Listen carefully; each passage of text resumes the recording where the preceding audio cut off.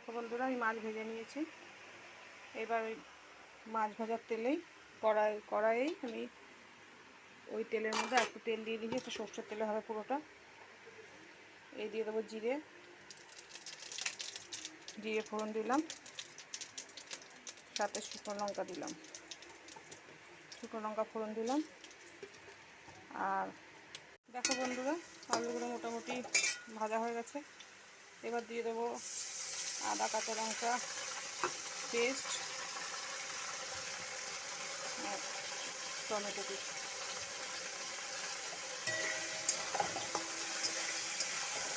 এটা দিয়ে একটুখানি ভালো করে কষাতে হবে।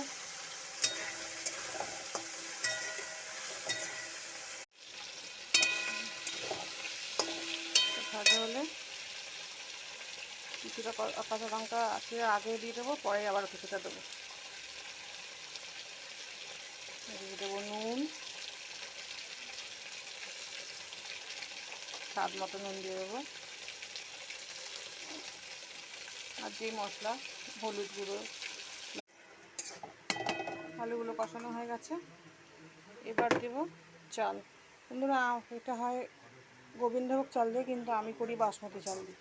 বাসমতি চালের একটা সেন্ট থাকে, গোবিন্দভোগ চালেরও সেন্ট থাকে, আলাদা আলাদা টেস্ট সব কিছুর। আমি গোবিন্দভোগ চাল নিই না, আমি বাসমতি চাল দিয়ে করি। তো এবার চালগুলো দিয়ে দিই।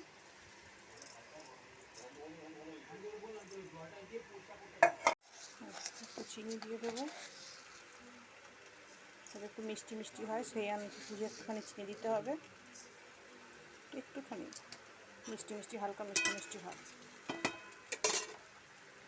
দিয়ে জলটা দিয়ে দেবো।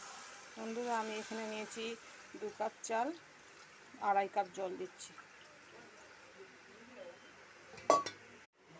জলের মাপটা ঠিক হলে একদম ঝুরঝুরে সুন্দরভাবে হবে।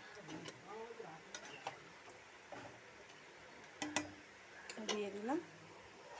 এবার একটা চাপা ঢাকা দিয়ে আঁচটাকে স্লো করে দিতে হবে। আস্তে আস্তে হবে, আস্তেকে একদম মিডিয়াম রেখে দিতে হোক। দেখো বন্ধুরা, এই পর্যায়ে এসছে আমার 20 ঘন্টা। এই পর্যায়ে এসে একটু ঘি দিয়ে দেবো।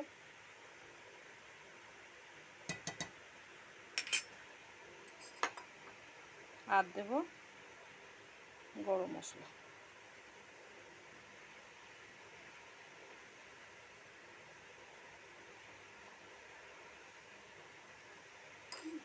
দেখো বন্ধুরা, আমার 20 ঘন্টা রেডি। তোমরা কে খাবে চলে এসো আমার রান্নাঘরে। সবাইকে স্বাগত, সবার আমন্ত্রণ রইল।